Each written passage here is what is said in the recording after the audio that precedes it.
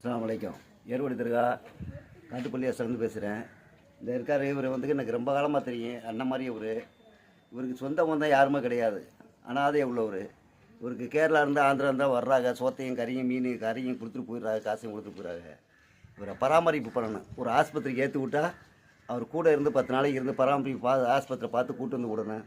கூட்டு போய் குளிக்க ஊற்றணும். இவருக்கு நகம் வெட்டி விடணும், முடி வெட்டி விடணும். இந்த மாதிரி உதவிக்கு ஆள் இல்லாமல் நிறையா இருக்காங்க. வர்றவங்களாம் சோத்தை கொடுத்துட்டு கடவுள் முடிஞ்சுட்டு போயிடுறாங்க. இதை நல்ல செயல் பண்ணணும். அதுக்கு உதவிக்கு ஆள் வேணும்னு சொன்னால் என்னுடைய ஃபோன் நம்பரை கொடுத்து இந்த மாதிரி ஏழை எளியர்கள்ட்ட ஏதாவது ஆபத்துன்னா எனக்கு ஃபோன் பண்ணுங்கள். அவரை கூட்டு போய் குளிக்க ஊற்றவும் ட்ரெஸ் பண்ணவும் அவர் இருக்கிற இடத்துல சுதந்திரமாக விடவும் அவருக்கு ஆஸ்பத்திரிக்கு போகணும்னு சொன்னால் அவர் யாரையாவது நல்லா முடிகிறவங்கள அவங்களுக்கு உதவியாக 4 நாள் 5 நாளைக்கு இருந்து ஆஸ்பத்திரியில் பார்த்து கூட்டுவாங்க. 108 ஏற்றினா கூட திருப்பிக்கிட்டு ஆள்னா விரட்டி விட்ருவாங்க. அந்த மாதிரி ஒரு உதவிக்கு நான் அந்த மாதிரி ஆளுகளுக்கு உதவி செய்யுங்கிற எண்ணத்தில் ஈடுபடுறேன்.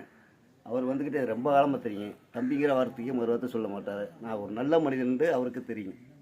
இந்த மாதிரி செயல்பாடுக்கு ஈடுபடுறதுக்காக நான் முயற்சியில் ஈடுபட்டிருக்கேன்.